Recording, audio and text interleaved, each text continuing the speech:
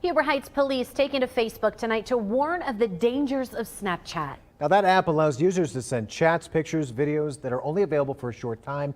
Gwyneth Falloon spoke with mental health experts about the potential danger. She's live. So what's the big problem out of this?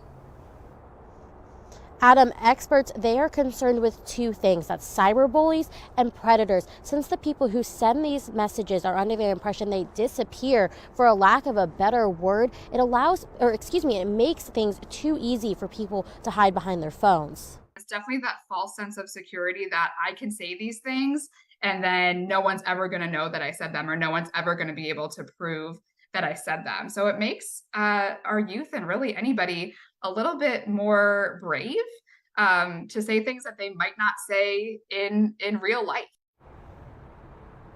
Now, Colleen Oakes with the Montgomery County Prevention Coalition also warns Snapchat makes it very difficult to prove someone said or sent something. The app also allows people to hide who they actually are, which puts teens and kids at risk for predators. And it also is just a challenging app for parents to monitor so they can't see who their kids are talking to or what they're saying. Back to you. All right, Gwen, thank you. And keep in mind, the National Suicide and Crisis Lifeline is available 24/7 to anyone who may be struggling. Just call 9 or text 988. Well, following what some have called an historic election, Governor Mike DeWine talked about the results from November 7th for the first time since voters chose to pass a constitutional amendment on abortion rights. We accept the results in regard to issue 1. People will decide if they're comfortable with what we voted on, or they'll decide that it maybe needs to be changed or tweaked. Governor Mike DeWine was opposed to the passage of Issue 1. The measure enshrines abortion and other reproductive decisions into the state's constitution. And Ohioans voted decisively to legalize marijuana on Tuesday, but it's also looking like they may not get the law they voted for. The governor is now calling on lawmakers to make changes to Issue 2 before it takes effect next month. Luke Jones explains what some of those changes may be. What the people have clearly told us is they want legal marijuana in Ohio. And Governor Mike DeWine says it will be legal, but not without some restrictions, ones that weren't addressed in the Issue 2 text Ohioans voted for. We have an obligation to make sure that this is done right. DeWine says he's spoken to lawmakers and asked them to rewrite the law so that children are protected from marijuana. As written, it's only legal for adults 21 and up. But DeWine's calling for a focus on marijuana ads and accidental edible consumption. Addiction counselors have some suggestions. The packaging probably needs to not be bright and attractive to a child. Probably needs to not resemble that of a candy wrapper. Marijuana advocates say rewriting Issue 2 isn't necessary because Ohio's Department of Commerce already has 9 months to make its own rules. And once that's done, Ohio is going to have child-proof, tamper-evident packaging on all marijuana products. There will be rules in place governing advertising. In Cincinnati, I'm Luke Jones. One person is dead after a crash in Darke County. Now this happened here along US 127 near Hunter Road. Deputies say a car crossed the center line, hit a tractor before catching on fire in a ditch. The driver of that car was killed. The semi-driver was treated and released. The whole thing remains under investigation. We want to give you a live look now from the Miami Valley Jail's website, as this man right here is now in jail following a traffic stop that led to a drug arrest. According to the Preble County Sheriff's Office, 41-year-old Robert Downing Jr. was stopped on Oxford Gettysburg Road for a traffic violation. After searching the vehicle, deputies say they recovered about 34 grams of suspected methamphetamine and about 2 grams of suspected cocaine. Officers say along with the drug charges, Downing Jr. also did not have a valid driver's license. An investigation underway tonight at Miami Valley Gaming after Warren County Sheriff's Office officials say multiple vehicles have been broken into on the property. That happened overnight on November 5th. The suspects are accused of stealing thousands of dollars worth of property that includes a firearm, precious jewelry, cash, and designer bags. Now, officials say all the vehicles were locked. The suspects smashed through car windows to get inside. Now, casino surveillance video captured this image of the vehicle of interest. It's light-colored, possibly silver or white Chevrolet Malibu with a missing rear bumper. Now, it shows the vehicle entered the lot, dropped off 4 people around 1 a.m. Anyone with information is asked to contact the detective at the number on your screen. A mother now recalling the moments after her 15-year-old daughter was shot. The girl is one of the surviving victims in last week's mass shooting in the West End in Cincinnati. Paige Barnes tells us about that night. Lish was there when the gunfire started and ducked for cover. Her teenage daughter was hit in the lung, arm, and finger. She says she called 911 not knowing the extent of the injuries. Her daughter was rushed to the ICU at Children's Hospital. She still has a bullet lodged in her chest, but her mom says thankfully the girl's lung was not hit. Mentally, the two are processing why someone would fire into a group of children. To take the one thing away from me that I really like to do, because she's afraid now. She don't, no, I'm not going outside no more. I'll get shot. Nobody want to get shot. Nobody should have to, a kid should not have to worry about getting shot if they go outside. That is ridiculous. In the West End, Paige Barnes. Lish is now calling on Cincinnati city leaders to do better and says they should care about the West End like she says they care about TQL Stadium. Now, the girl isn't back at school yet, but hopes to be in the coming week. All right, let's talk weather. And you probably noticed it was much cooler this evening than it was yesterday. It was about 70. Now it's 48 tonight. Yeah, big difference from where we were. Almost in the 30s in Urbana. Going to be a chillier night tonight, but we do have clouds that are around the area, which will keep temperatures fairly steady through the evening. But I do think we're going to get into the lower 40s overnight, especially for our northern counties. But chillier evening for the Miami Valley compared to where we were. In fact, we're 24 degrees colder in Springfield compared to this time yesterday. Same thing with Dayton, Middletown, Greenville. 25 degrees colder up in Wapakoneta. So it is a chillier evening, but we have some clouds around. Getting returns on our radar. Can't rule out a spot shower for our far southeastern counties, but for the most part, plan on a quiet evening. And then eventually some colder air is going to be heading in. But for tonight, cloudy, 42 for our overnight low.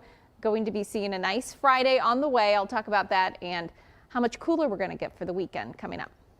Well, Democratic Senator Joe Manchin of West Virginia announced today he will not seek re-election next year. After months of deliberation and long conversation with my family, I believe in my heart of hearts that I have accomplished what I set out to do for West Virginia. I have made one of the toughest decisions of my life. The 75-year-old says he will travel the country to gauge interest in a movement to mobilize the middle and bring Americans together. He still hasn't ruled out a third-party presidential run. Manchin's decision removes one of Congress's leading centrist voices in either party. It also hands Republicans a prime opportunity to pick up a Senate seat in the deeply red state. For the last few years, Manchin has been the only Democrat elected to statewide office in West Virginia. And one potential presidential candidate made her announcement today on social media. Now, Jill Stein plans to seek the Green Party's nomination for the White House. Stein was the Green Party nominee for president in 2012 and 2016. Her last candidacy drew the ire of Democrats, though, who blamed her for drawing Democratic voters away from Hillary Clinton. Now we want to give you a live look tonight from outside the Capitol building. This as we are now 8 days away from a potential government shutdown. And so far, House Speaker Mike Johnson has yet to reveal a spending plan. The House GOP also pulled 2 spending bills this week, citing lack of votes for both. They want to pass 12 appropriation bills to avoid a shutdown, but are discussing the possibility of settling on what's being called a laddered continuing resolution, an idea Democrats say is convoluted and a non-starter. Most members of the House Republican Conference have no idea what a laddered CR means, what it represents, or how it would possibly be implemented, let alone the American people. The key thing you got to realize is that we're trying to get to is to pass a dadgum budget. Jody Arrington chairs the Budget Committee. And man, I'm telling you, this country is hungry for that. Now, the GOP laddered CR effectively creates a cascade of shutdowns for individual spending bills. Some Republicans worry, though, Johnson wasted time this past week weighing options moving forward instead of rolling out a plan. And President Biden weighed in on a potential shutdown. He says he wants to see progress fast. The idea we're playing games with a shutdown at this moment is just bizarre. And I think that we ought to be able to combine Ukraine and Israel. We ought to be able, and I'm open to discussions on the border.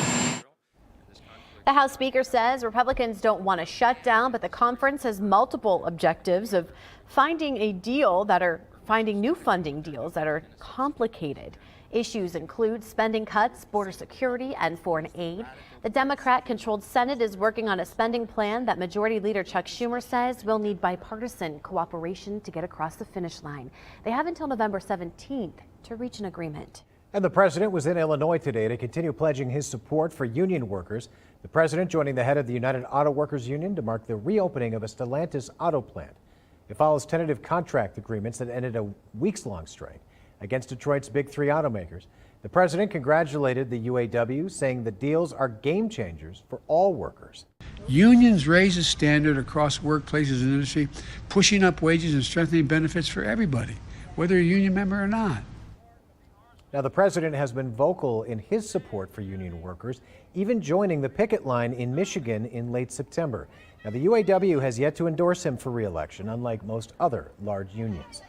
A police pursuit ends and an officer being hit by a car. Coming up, what the dash cam video shows and the latest on the search for who is behind the wheel. And getting those who served what they need, how veterans are combating homelessness, and the organization that's providing them hope. Plus, I'm tracking that fall-like weather, how much cooler we'll get into the weekend. That's coming up. Here's a live look from our Eco Plumber Skycam. You're watching Dayton 24/7 now.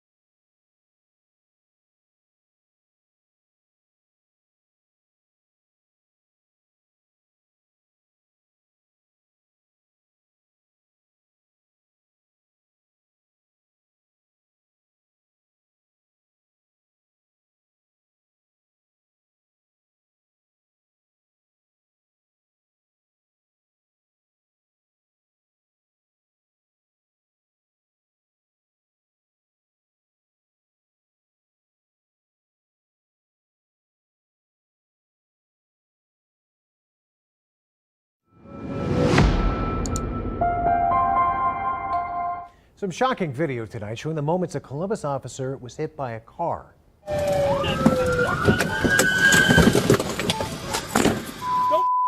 Don't move! Chasing the car, which was stolen, and you can see in the video a teen jumps out as an officer chases him. He's hit by Another teen. Police found a 14-year-old who ran off hiding in a nearby yard. That officer was taken to the hospital, thankfully expected to recover. Now that driver is still in the loose. And an update tonight on breaking news we first brought you last night. We now know that a fire on East 3rd Street was accidental. Dayton firefighters on scene told us when they arrived, flames were shooting out of the back of the building.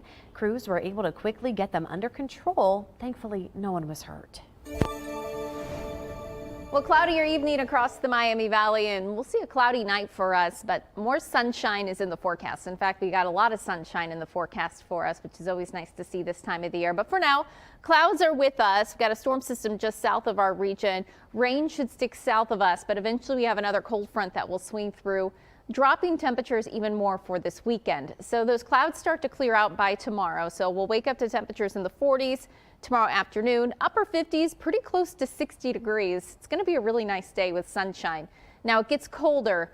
By Friday night, we'll wake up to temperatures right around freezing. Saturday morning, frost is likely, and then we're going to see highs only around 50 degrees on Saturday. And again, that is with sunshine, but I do have another warm up on the way. I'll have more on that coming up.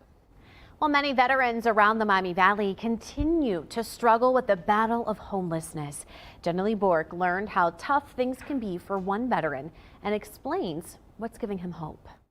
I spoke to Brian Jones, who's a veteran that's been bouncing around different state parks for the past 5 months, trying to get his life back on track. Every veteran's story is different. Some suffer from PTSD, mental health issues, substance abuse problems, health issues, or they've just hit a hard time in life. Jones says that his life really hasn't been the same since his military days. It was hard because when you leave the military, you lose that brotherhood, the connections between those people that you fought side by side with. When you lose that, you lose a lot. Jones says the problem is you can only stay in the parks for 2 weeks at a time, so he had to keep moving around. He now has help and hope thanks to Warriors on Wheels, an organization that provides bikes for veterans and first responders to fit their physical needs. Jones has now found a temporary shelter in Xenia to stay for now. I also spoke with the executive director at St. Vincent de Paul, who says veterans oftentimes are able to get into stable housing sooner than other people just because there are more resources available to them. Back to you. Miami Township holding its annual Veterans Breakfast today. Around 100 people came out to honor the men and women who've served our country. Veterans received thank you letters from grade school students and also received a performance from Miamisburg High School's choir. Honor Flight leaders explained the importance of events like this. We just owe a debt of gratitude to our veterans. Honor Flight tries to do their part in honoring veterans, and I think special events like this just remind us of the sacrifices of our veterans that have made to our country. Honor Flight is an organization that takes vets to Washington, D.C. to see the memorials built in their honor. Anyone who served from World War II on up until the Vietnam War is eligible for the flight to the nation's capital. And the national organizations are working to help veterans find employment. DAV and Recruit Military held a job fair today at Wright-Patterson Air Force Base. More than 70 companies were on hand helping vets find work, and on top of helping them find jobs, it was a way to let veterans know there are opportunities available for them. The unemployment rate for Ohio is just over 3%. For military veterans, it's below that. It's about 2.6%. So corporate America understands once again the value that veterans can bring to the workforce. Now the next job fair will be held in May. Organizers plan to hold another one around this time next year. All right, here's a live look from our Eco Plumber Sky Cam over downtown Dayton tonight. Much cooler evening tonight than last night, but I guess it's more seasonable as we talked about. Yeah, it's not terribly cold, but it is a cool one. You'll need a jacket if you're out. Tomorrow's actually going to be a nice day. And lots of sun over the next several days. Yeah, lots of sun, not much rain, which, taking a look at our drought monitor, this yellow has expanded just a little bit from the latest update. You can see abnormally dry, but this is still an improvement from the moderate drought we were under earlier this season. That being said, we have a dry stretch of weather. Not expecting any rain over these next 7 days, maybe next Thursday. I'll look at that in a bit. But for now, temperatures, they're going to be staying pretty cool. Right around to below normal this weekend as highs get into the lower 50s. But I do have a warm up on the way. some 60s back in the forecast. I'll talk more about that coming up here in just a bit. Well, the future of office space is up in the air tonight. Coming up, how one company filing for bankruptcy could impact the commercial real estate market and you. You're watching Dayton 24/7 now.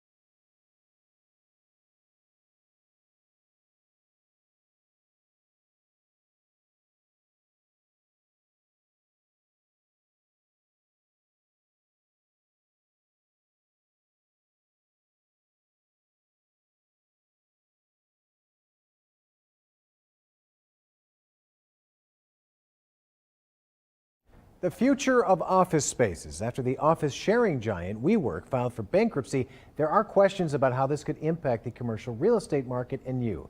Didi Gotten reports. Empty office buildings. You may have noticed them on your daily drive. U.S. office vacancy rates increased in the first quarter of this year to a record 20.1%, according to commercial real estate company JLL. This after the office sharing company WeWork, once valued at roughly $47 billion at its peak, filed for bankruptcy. The concern for some now is whether this could indicate even more vacancies. Now, those vacancies are no longer WeWork's problem, they are their former landlord's problem. So it's probably going to drive up the vacancy rate at a time when commercial landlords are already struggling to find tenants. Now, if the banks start to take a bath on their commercial real estate loans, that cascades through the system. That means, according to real estate agent Taylor Yates, impacts could be felt even in the residential market. If you're buying a home, he says this could make it more difficult and more expensive to get a loan.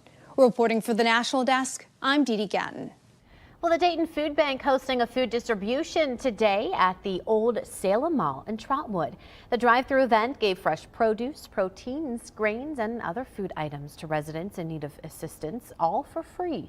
Organizers say events like this are vital as the need for food continues to grow. And the data tells a lot.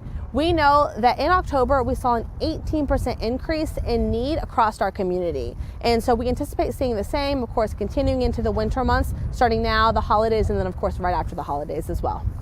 The food bank will plan one more distribution event for later this year. However, that exact date and location has not yet been announced. The National Museum of the United States Air Force celebrating members of the enlisted force. Military leaders describe enlisted members as the backbone of the military. Members of Space Force were there for the celebration and spoke on the importance of working alongside Wright-Patt and the National Air and Space Intelligence Center. So we as a service have our own intelligence capabilities that we're continuing to grow. We just stood up actually another squadron here at Wright-Patt, the 76 Intelligence Space Reconnaissance Squadron, just a few months ago. And we'll continue to kind of build that capability here at Wright-Patt and other locations as well. Now, the exhibit highlights members of the Air Force throughout its 76-year history. The museum is open 7 days a week from 9 in the morning until 5 p.m. and it is always free. Looking ahead to Ohio State's game against Michigan State, why they shouldn't overlook the opponent even after their roller coaster season. You're watching Dayton 24/7 now.